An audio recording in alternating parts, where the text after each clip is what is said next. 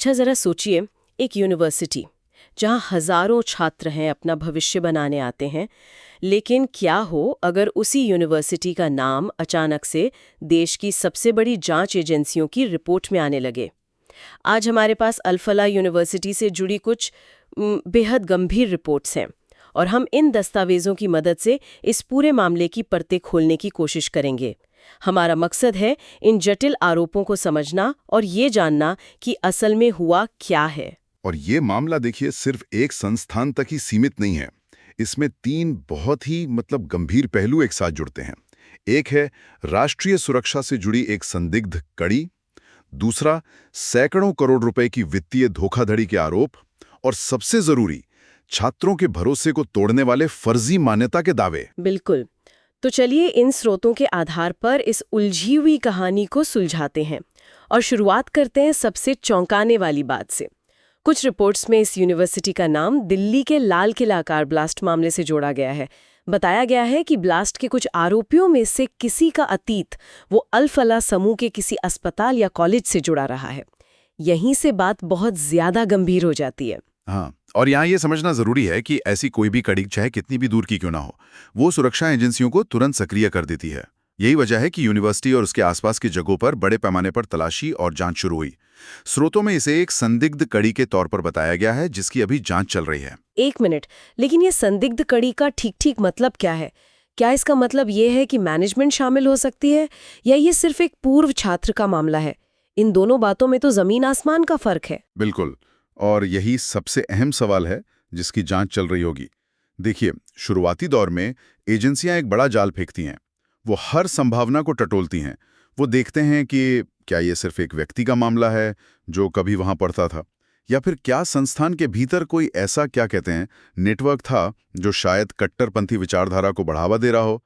इसीलिए वो इस धागे को खींचकर देखना चाहते हैं कि ये कहाँ जाके टूटता है या किसी बड़ी चीज से जुड़ता है।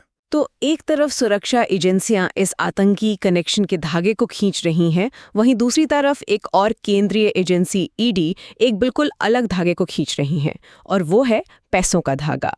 एनफोर्समेंट डायरेक्टरेट ने संस्थान पर लगभग 415 करोड़ रुपए के प्रोसीड्स ऑफ क्राइम का जिक्र किया है। 415 करोड़, ये रकम तो दिमाग चकरा देती है। ये रकम बहुत बड़ी है और यही बताती है कि ये मामला सिर्फ थोड़ी बहुत टैक्स चोरी का नहीं है। प्रोसीड्स ऑफ क्राइम का सीधा मतलब है वो पैसा जो गैर कानूनी तरीके से कमाया गया हो। ईडी के आरोप मनी लॉन्ड्रिंग के हैं, काले धन को सफेद बनाने का खेल। रिपोर्ट्स ये भी बताती हैं कि ग्रुप के चेयरमैन को गिरफ्तार किया गया, जिस बात का संकेत है कि ईडी को लगता है कि ये गड़बड़ी बिल्कुल टॉप लेवल से हो रही थी। मैं यही समझने की कोशिश कर रही हूँ कि इतनी 450 करोड़ रुपए एक यूनिवर्सिटी वो कैसे छिपा सकती है? क्या ये सारा पैसा सिर्फ छात्रों की फीस से आया था? क्या इसके पीछे कोई और ही खेल चल रहा था? ये बहुत अच्छा सवाल है। ईडी की जांच इसी कैसे पर टिकी होती है। आमतौर पर ऐसे मामलों में कई तरीके होते हैं। हो सकता है छात्रों से ली गई फीस को कागजों पर कम दिखाया गया हो, या फिर खर्चों को बढ़ा चढ़ाकर दिखाया जाता है, जैसे कागज पर 10 करोड़ का कंस्ट्रक्शन जबकि असल में खर्च हुए सिर्फ 2 करोड़। कई बार तो शेल कंपनियां बनाई जाती हैं, सिर्फ कागज पर मौजूद कंपनियां। पैसा घूम फिरकर वापस मैनेजमेंट की जेब में आ जाता है। दिल्ली एनसीआर में जो छापे पड़े हैं, उनमें जब्त हुए दस्तावेज और डिजिटल रिकॉर्ड इसी पहेली को सुलझाने में मदद करेंगे। तो एक तरफ आतंक का शक, दूसरी तरफ सैकड़ों करोड़ का वित्तीय घोटाला। इन सब के बीच वो लोग कहाँ हैं जिनके लिए यूनिवर्सिटी बनी थी, यानी छात्र? उनके साथ क्या हो रहा था? और वही इस कहानी की सबसे दुखद परत है। छात्रों के साथ जो हुआ वो शायद सबसे बड़ा धोखा है। यूनिवर्सिटी अपनी वेबसाइट पर, अपने विज्ञापनों में हर जगह नैक की मान्यता होने का दावा कर रही थी। नैक यानी national assessment and accreditation council. और इसी ग्रेड के आधार पर छात्र तय करते हैं कि उन्हें एडमिशन लेना है या नहीं। ये एक भरोसे का निशान है ना? बिल्कुल। लेकिन यहाँ खेल ये हुआ कि जब नैक से इस बारे में पूछा गया तो उन्होंने एक शो कॉज नोटिस जारी कर दिया। उनका साफ कहना था कि उनके रिकॉर्ड में अल-फलाह यूनिवर्सिटी को दी गई ऐसी कोई मान्यता दर्ज ही नहीं है।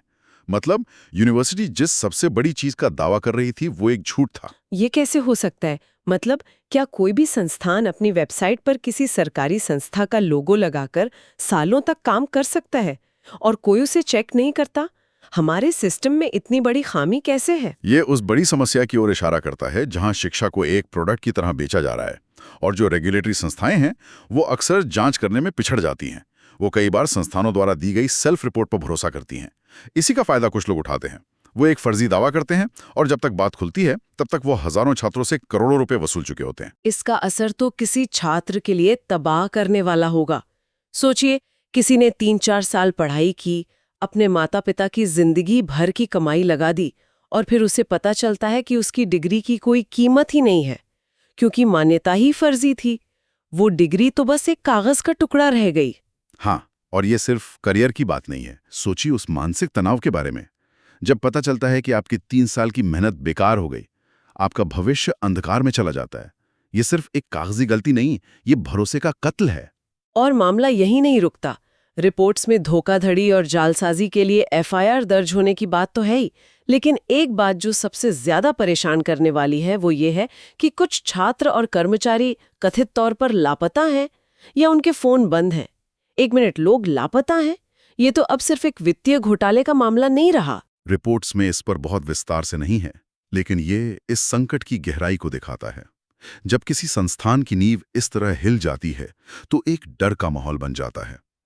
लोगों का लापता होना या संपर्क से बाहर हो जाने के पीछे कई वजहें हो सकती हैं। हो सकता है कुछ लोग डर की वजह से सामने नहीं आ रहे हों, या ये भी हो सकता है कि उन्हें धमकियां मिल रही हों। वजह जो भी हो, ये दिखाता है कि ये सिर्फ एक वित्तीय या कानूनी संकट नहीं, बल्कि एक मानवीय संकट भी बन चुका है। तो अब इन सारी बातों को एक साथ रखकर देखते हैं। हमारे पास एक संदिग्ध आतंकवादी, 415 करोड़ का मनी लॉन्ड्रिंग का आरोप, फर्जी मान्यता का धोखा और अब लोगों के लापता होने की खबरें। यहाँ एक बात साफ करना बहुत जरूरी है, रिपोर्ट्स के मुताबिक ये सभी बातें अभी आरोप हैं। बिल्कुल सही। कानून की प्रक्रिया में यह एक बहुत ही महत्वपूर्ण अंतर है। गिरफ्तारी होना या आरोप लगना और अदालत द्वारा दोषी ठहराए जाने में कानूनी फर्क होता है। किसी को दोषी साबित करने का काम अदालत का होता है और जब तक अदालत अपना अंतिम फैसला नहीं सुना देती, तब तक हर व्यक्ति निर्दोष माना जाता है। इसलिए इन सभी जानकारियों को जांच के अधीन आरोपों के तौर पर ही देखा जाना चाहिए। तो अब सबसे अहम सवाल, जो छात्र या परिवार इस भयानक स्थिति में फंसे हुए हैं, उनके लिए इन दस्तावेजों में क्या सलाह है? उनके लिए आगे का रास्ता क्या है? स्रोत कुछ बहुत ही व्यवहारिक कदम सुझाते हैं। सबसे पहला और सबसे जरूरी कदम है अपने दस्तावेजों को सुरक्षित करना। फीस की हर रसीद, एडमिशन लेटर, यूनिवर्सिटी का प्रोस्पेक्टस, हर छोटा बड़ा दस्तावेज संभाल कर रखें। भविष्य में किसी भी कानूनी लड़ाई में यही दस्तावेज आपके सबसे बड़े सबूत होंगे। और मान लीजिए किसी के पास ये सारे दस्तावेज हैं, तो उसका अगला कदम क्या होना चाहिए? चुपचाप बैठकर इंतजार करना तो कोई विकल्प नहीं हो सकता। बिल्कुल नहीं। अगला कदम है शिकायत करना। प्रभावित छात्र कंज्यूमर कोर्ट में शिकायत दर्ज करा सकते हैं, क्योंकि शिक्षा भी एक सेवा के दायरे में आती है। इसके अलावा यूजीसी या राज्य के उच्च शिक्षा नियामक के पास भी शिकायत की जा सकती है। और हाँ, किसी अच्छे वकील से सलाह लेना भी एक बहुत समझदारी भरा फैसला होगा। और सुरक्षा का पहलू, जो लापता होने की खबरें हैं, वो बहुत चिंताजनक है। उस स्थिति में क्या करना चाहिए? उस मामले में बिल्कुल भी देरी नहीं करनी चाहिए। अगर किसी भी छात्र या कर्मचारी की सुरक्षा को लेकर कोई भी चिंता है या कोई संपर्क से बाहर है, तो बिना सोचे समझे तुरंत स्थानीय पुलिस से संपर्क करना चाहिए। और ऐसे समय में सबसे पहली प्राथमिकता हमेशा अपनी सुरक्षा ही होनी चाहिए। तो आज की इस पड़ताल में हमने अल फलाह यूनिवर्सिटी से जुड़े 3 बड़े और गंभीर आरोपों के ताने बाने को समझा। एक संदिग्ध आतंकवादी, एक बहुत बड़ा वित्तीय घोटाला और छात्रों के साथ किया गया विश्वासघात। ये तीनों धागे मिलकर एक ऐसी तस्वीर बनाते जो बहुत ही डरावनी है। यह पूरा मामला एक बहुत बड़ी चेतावनी है। ये दिखाता है कि किसी भी शिक्षण संस्थान को चुनते समय उसकी चमकदार इमारत और बड़े बड़े वादों से आगे जाकर गहराई से जांच पड़ताल करना कितना जरूरी है। किसी भी कोर्स या डिग्री की मान्यता हमेशा यूजीसी या नैक की आधिकारिक वेबसाइट पर खुद जाकर जांचें। संस्थान के दावों पर आंख बंद करके भरोसा ना करें। और ये हमें एक बड़े सवाल पर सोचने के लिए छोड़ जाता है। जब एक शिक्षण संस्थान, जिसका काम ही ज्ञान और चरित्र का निर्माण करना है, उस पर विश्वास और सुरक्षा दोनों से जुड़े इतने गंभीर सवाल एक साथ उठते हैं, तो शिक्षा की असल नींव यानी भरोसा को फिर से कैसे बनाया जा सकता है? अगर आपको ये वीडियो पसंद आई है तो इसे ज़रूर लाइक करें, कमेंट सेक्शन में अपना ओपिनियन बताएं और चैनल को ज़रूर सब्सक्राइब करें। मिलते हैं अगली वीडियो में, तब तक के लिए नमस्कार।